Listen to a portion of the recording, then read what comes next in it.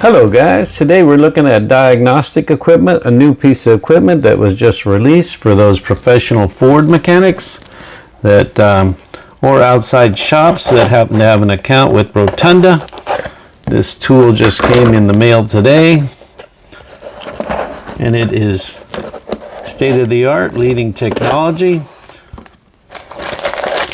and it is called the VCM Lite.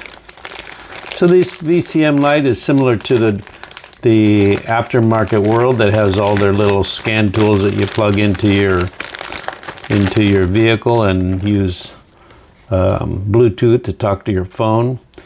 This has the standard DCL connector.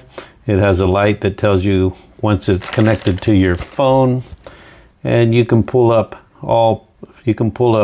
self-tests, data logger, and you can also do network testing.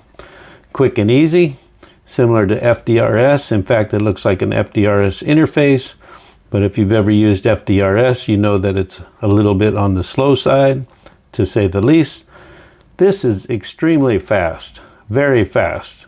Now, it was just released and there was a special price for pre-order. If you can find the link on Rotunda, then you could still get it at that price, but the price may be up to $4.99 by now. So all in all, this little tool can really help you get your job done, guys.